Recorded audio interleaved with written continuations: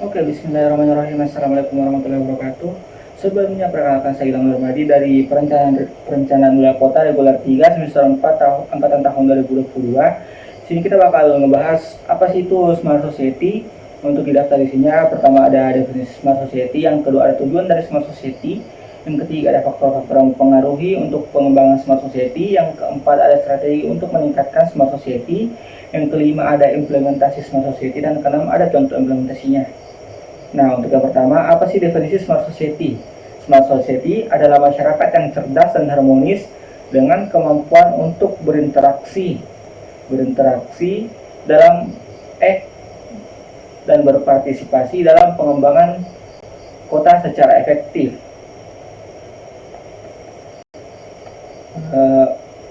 Untuk dari apa tujuan Smart Society, yang penting itu tujuannya adalah untuk meningkatkan kualitas hidup masyarakat, meningkatkan kesadaran lingkungan, dan meningkatkan partisipasi masyarakat dalam pengembangan kota. Untuk poin yang ketiga, apa saja faktor-faktor yang mempengaruhi Smart Society? Yang faktor pertama yang mempengaruhi adalah kemampuan teknologi, yang kedua ada kemampuan sosial, yang ketiga ada kemampuan ekonomi, dan keempat ada kemampuan lingkungan. Untuk slide keempat, strategi meningkatkan Smart Society. Yang pertama ada meningkatkan kemampuan teknologi melalui penggunaan teknologi informasi dan komunikasi atau TIK. Yang kedua ada meningkatkan kemampuan sosial melalui pengembangan budaya kerja yang cerdas dan harmonis. Yang keempat ada meningkatkan kemampuan ekonomi melalui pengembangan ekonomi yang tangguh dan sejahtera. Yang keempat meningkatkan kemampuan lingkungan melalui pengembangan lingkungan yang cerdas dan dikelola dengan baik.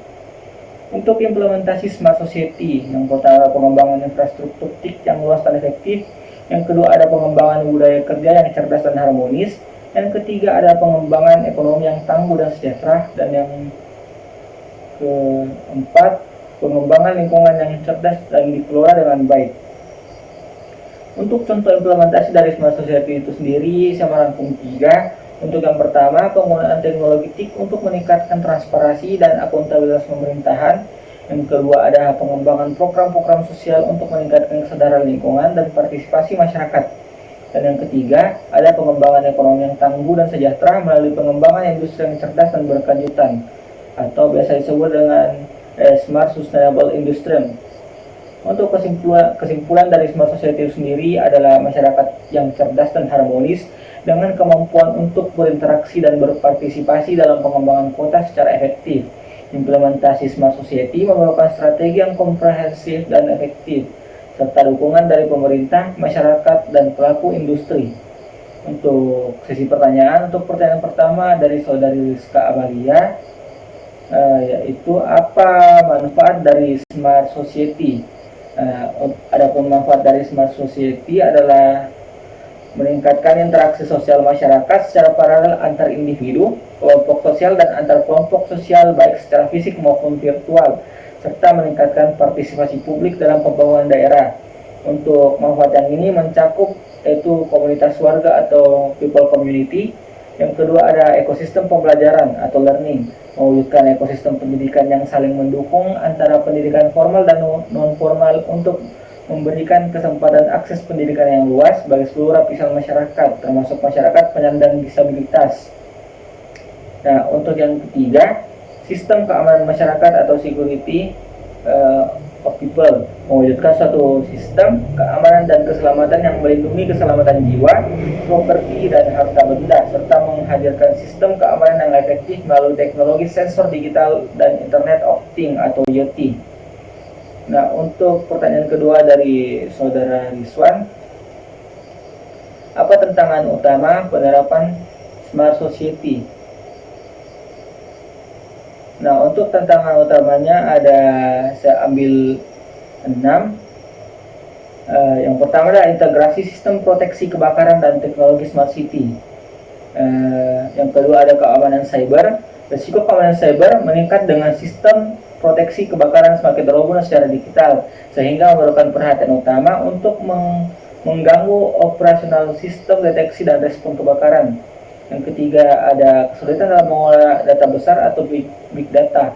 Smart City menghasilkan volume data yang sangat besar, termasuk data proteksi kebakaran yang memerlukan efektif manajemen dan identifikasi respon yang efektif. Yang keempat, ada akses dan respon lingkungan padat dan kompleks. Yang kelima, ada harga piranti yang tinggi.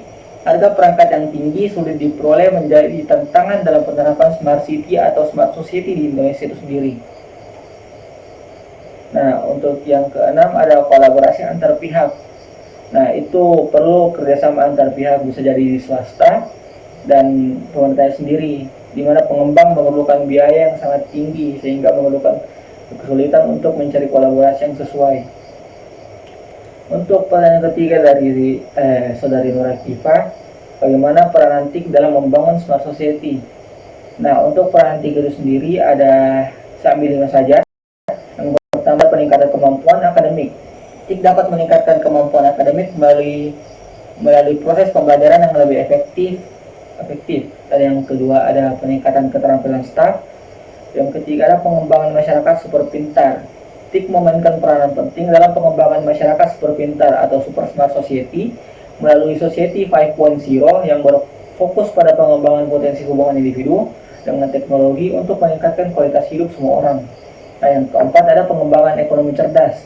TIK sendiri itu membantu pengembangan tatanan ekonomi yang cerdas dan sejahtera, serta membangun badan usaha yang tangguh dan cerdas. Yang kelima, ada pengembangan masyarakat cerdas. TIK memainkan peranan dalam pengembangan tata kemasyarakatan yang harmonis, cerdas, guyup, dan bahagia, serta membangun sistem penyelenggara administrasi pemerintahan yang cerdas. Untuk pertanyaan yang keempat dari Saudari Andi Firgatun Najia, bagaimana penerapan SOC atau Smart Society dalam bagaimana penerapan Smart Society terhadap Smart City. Nah, sini terbagi menjadi tiga lagi. Yang pertama, ada komunitas warga atau community people. Yang pertama, mewujudkan interaksi masyarakat yang efisien melalui pengembangan komunitas warga yang lebih baik. Yang kedua, ada meningkatkan kualitas sumber daya manusia melalui edukasi dan peningkatan kemampuan digital. Yang kedua, dari ekosistem pembelajaran atau learning ecosystem. Yang pertama, ada membangun ekosistem pendidikan yang efektif dengan integrasi pendidikan formal dan non-formal. Yang kedua, ada membangun platform edukasi seperti Smart School, Smart Campus, dan Smart Training Program untuk meningkatkan akses pendidikan. Yang ketiga, ada sistem keamanan atau security system. Yang untuk poin pertamanya adalah mewujudkan sistem keamanan yang efektif melalui penggunaan teknologi sensor digital dan Internet of Things atau biasa disebut IoT. Yang poin kedua, meningkatkan kesadaran masyarakat tentang keamanan digital dan perlindungan data.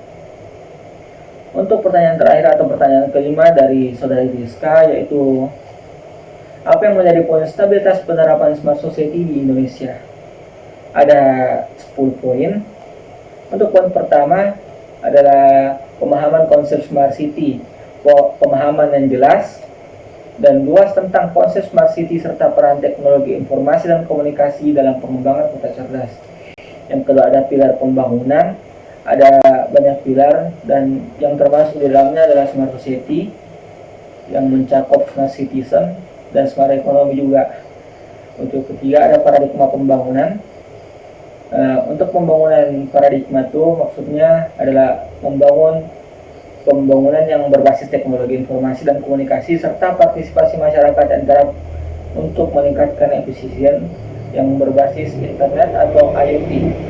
Yang keempat, ada komponen Smart City. Ada banyak komponen, diantaranya ada Smart Economy, Smart Mobility, Smart Environment, dan Smart People. Smart Living dan Smart Government harus diterapkan secara terintegrasi dan berkelanjutan untuk mendapatkan stabilitas dalam penerapan Smart Society di Indonesia. Yang kelima, ada kerjasama pemerintah dan masyarakat. Nah, untuk kerjasamanya ini sendiri dilakukan oleh masyarakat itu sendiri, bisa juga dengan pihak swasta dan lain-lain untuk mencapai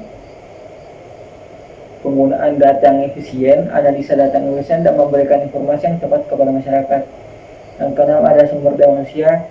Di sini sumber daya manusia berperan sangat penting untuk pengembangan smart city itu sendiri, karena di mana SDM itu sangat rendah, maka bisa disimpulkan bahwa penerapan smart city itu akan gagal. Yang ketujuh ada inovasi dan kualitas hidup. Nah, untuk pengembangan dan integritas stabilitas itu, inovasi harus diperlukan, seperti pengembangan internet of things dan lain-lain, sehingga masyarakat dapat menikmati fasilitas yang lebih baik dan berkelanjutan. Untuk yang kedelapan ada transparansi dan akuntabilitas. Transparansi dan akuntabilitas dalam pengelolaan smart city harus diterapkan untuk meningkatkan kepercayaan masyarakat terhadap pemerintah. Yang ke-9 ada keterbukaan informasi. Keterbukaan informasi ini berkesinambungan dengan poin ke-8, yaitu transparansi dan akuntabilitas. Untuk yang ke-10 ada manajemen sumber daya. Manajemen sumber daya yang bijaksana harus diterapkan dalam pengembangan smart city atau smart society itu sendiri, sehingga sumber daya yang tersedia dapat digunakan secara efisien dan efektif.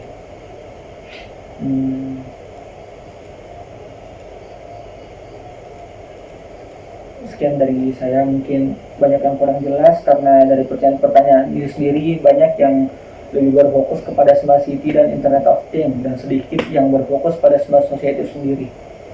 Terima kasih.